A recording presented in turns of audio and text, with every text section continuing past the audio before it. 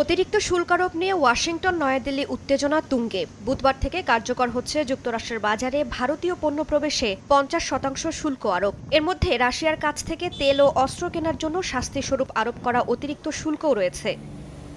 যুক্তরাষ্ট্রের vice president JD Vance জানান, Ukraine যুদ্ধ থামাতে রাশিয়ার ওপর বাধ্যতামূলক অর্থনৈতিক চাপ তৈরির লক্ষ্যে ভারতের ওপর দ্বিতীয় ধাপে শুল্ক আরোপ করেছেন মার্কিন প্রেসিডেন্ট। ট্রাম্পের অভিযোগ, ভারত রাশিয়া থেকে তেল কিনেই ইউক্রেন যুদ্ধ অর্থায়নে দেশটিকে সহায়তা করছে। তবে এই অভিযোগ অস্বীকার করেছে নয়াদিল্লি।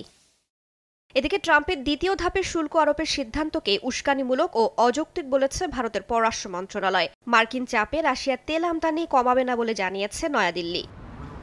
রাশিয়ায় নিযুক্ত ভারতের রাষ্ট্রদূত বিনয় কুমার জানান, দেশের 140 কোটি মানুষের স্বার্থ রক্ষায় যেখানে সবচেয়ে ভালো চুক্তি পাওয়া যাবে, নয়াদিল্লি সেখান থেকেই তেল কেনা অব্যাহত রাখবে। 2024 সালে ভারতের মোট তেল আমদানির 35 থেকে 40% ছিল রাশিয়ার অপরিশোধিত তেল। 2021 সালে এ হার ছিল মাত্র 3%।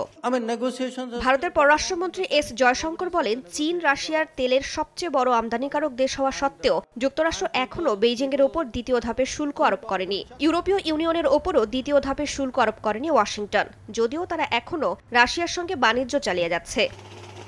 রাইসা জান্নাত, সময় সংবাদ।